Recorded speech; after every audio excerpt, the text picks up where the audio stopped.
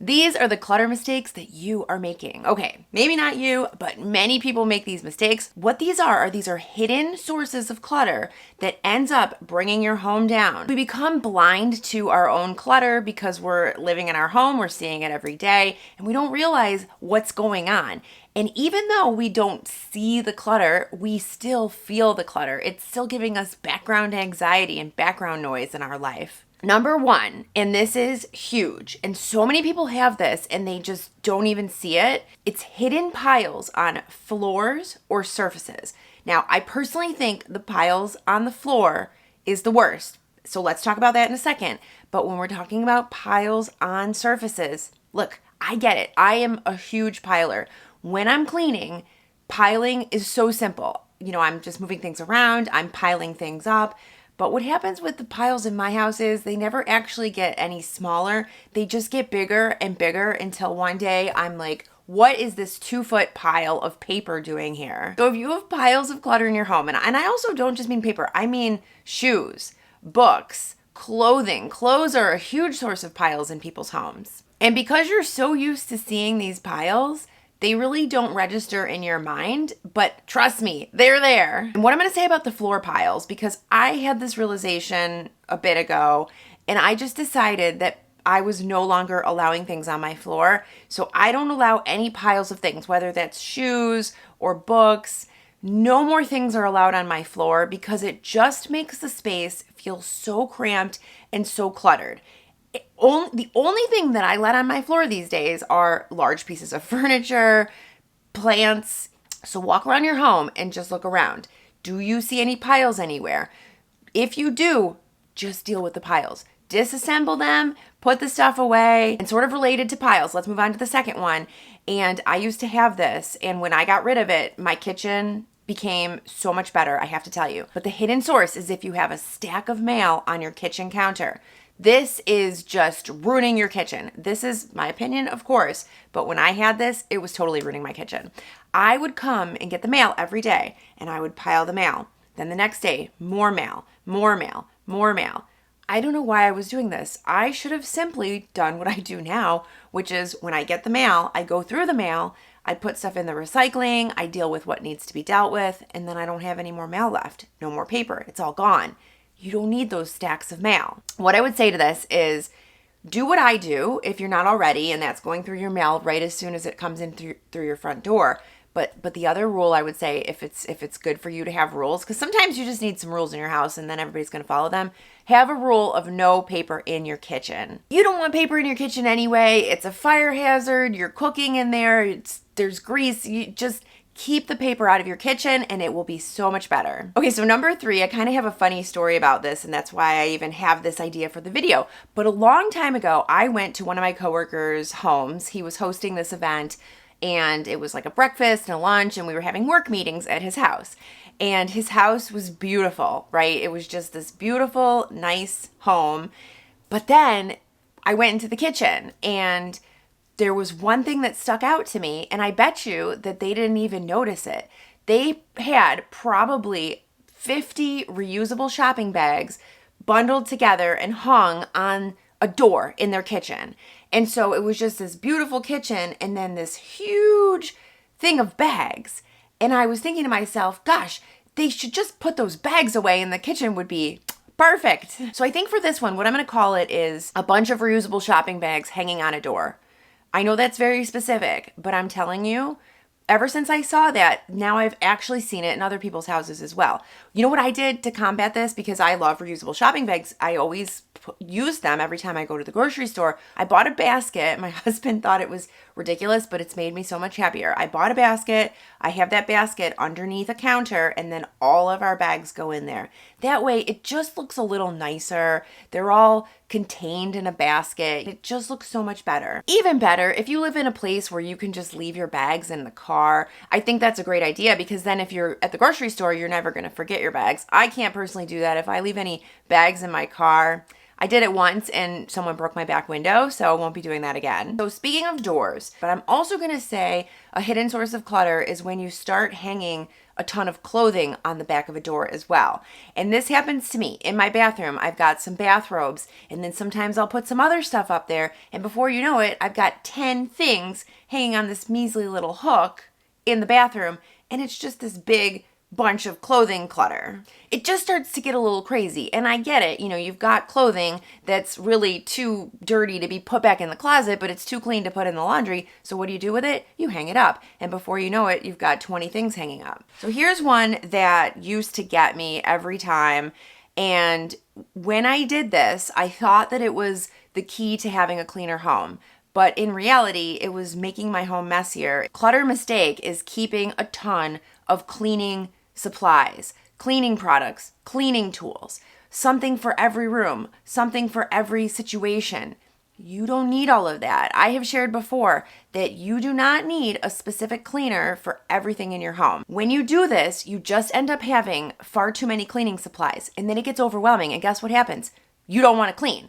Because you open your cleaning cabinet and you see 50 things in there and you don't know what to grab. They all smell terrible. They're full of chemicals. I'm going to give you a better solution. Make your own cleaning products. If you've watched my channel, you know that you can pretty much make a cleaning product for every possible scenario that you have going on in your home simply with pantry ingredients that you already have. Homemade cleaning products are, I promise you, just as effective as store-bought ones, and they are also a lot cheaper, and they are so much healthier, so much less toxic. Speaking of toxic, if you are looking to make your home healthier, I just want to mention, I sent it out in an email, but I've launched a new system to help you detox your kitchen in 30 days. So if you're looking to declutter your kitchen, you want to get rid of those unhealthy things that you've got in your kitchen, plastic utensils, nonstick cookware, all of that, my system can help you do that. It is fully printable. It's all research backed. It also includes videos, checklists, and a whole product guide. I will link my webpage on my new website. I'll link that below if you want to check it out, but I highly recommend if you would like a little bit more hand holding in that whole thing. I've gotten so many messages from you guys saying that your kitchen was so cluttered, and now that you've gone through my whole detox, you've watched my detox series, some of you have purchased the guide, you said that it's helped you get rid of way more kitchen stuff than any other thing you've done before. So I feel really good about that.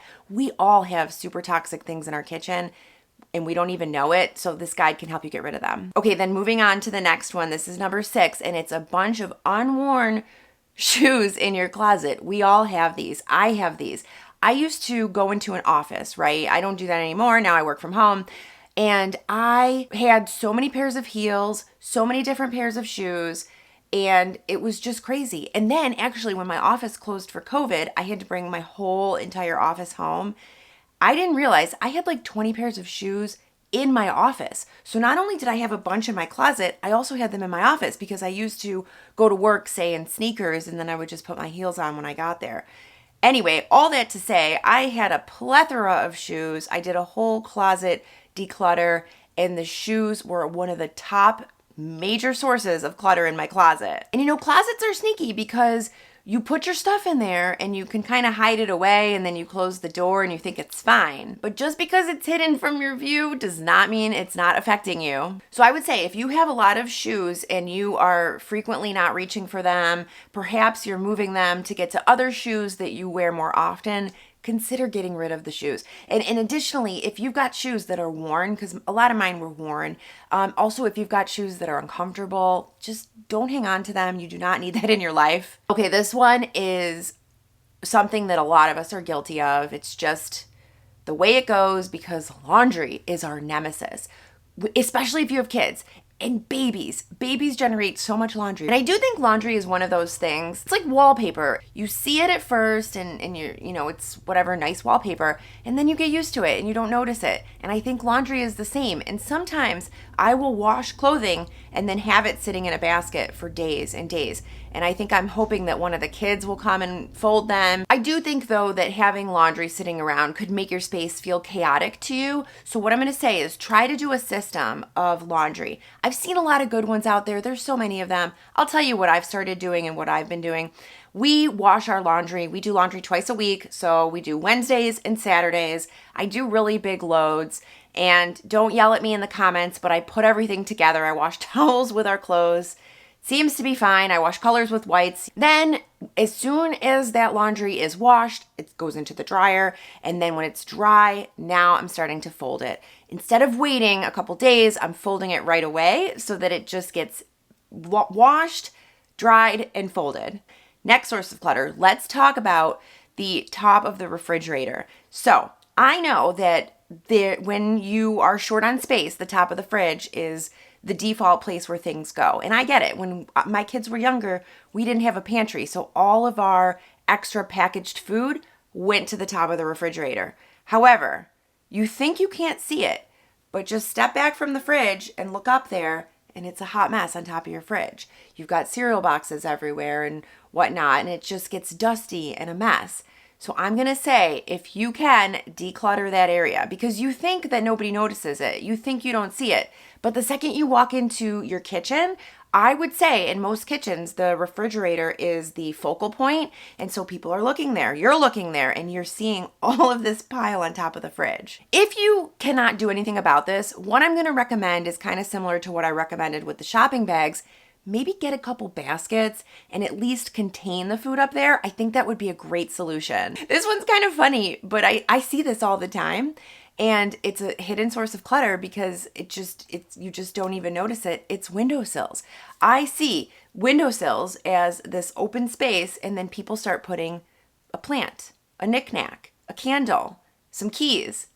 And before you know it, the whole windowsill is covered with stuff. And sometimes it's covered with so much stuff that the light can't even come in. You want to get as much natural light into your home as possible. So if you're putting candles and plants and things on your windowsill, you're really blocking a lot of your light. So I would say clear your windowsills as much as possible. A little bit is fine, but you just don't want to go overboard. Next thing is something that a lot of people do, and I make this mistake too.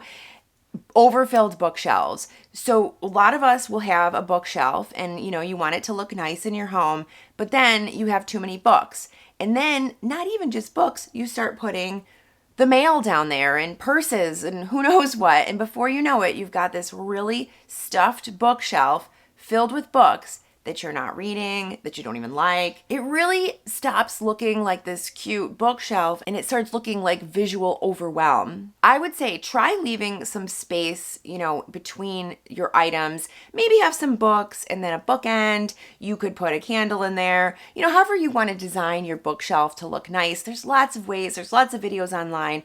Anything but the piles and piles of books and other random things that just create too much clutter. This next hidden source, and this actually isn't even in your home, but if you spend time in it every day, you're gonna know what I'm talking about, and it's the inside of your car. So I'm talking about water bottles, receipts, jackets, shoes, all the things, right? These end up piling up in the car, and before you know it, you can't fit anyone else in the car. It's just you and the junk. And really, even if you're the only one who uses your car, it does add to your stress, and even though you think you don't see it, you see it in the back of your mind, it's there. So just take 5 minutes and clean out your car. What I've started doing, and I've been doing this for a while, is every time I use my car, when I'm done, I take everything out and I clean it out, and I just don't allow things to pile up in there anymore. But you know what? Sometimes it happens. Sometimes you go on a road trip and it looks like a mess. 5 minutes is all you need. Because really, this clutter just drains our energy, and if we don't stay on top of it and we don't think about it, we're just not going to feel our best. And that's just the way it works with clutter. So start small, do one area at a time. I'm telling you, implementing these and other tips that are out there and tips that I've suggested, you will get on top of your clutter. You will make a big dent and you will feel so much better for it. Okay guys, thank you so much for watching. I'm gonna link a video if you wanna keep on watching on decluttering. Don't forget to subscribe if you're not here already. I would love to have you here, and I'll see you next time. Bye-bye.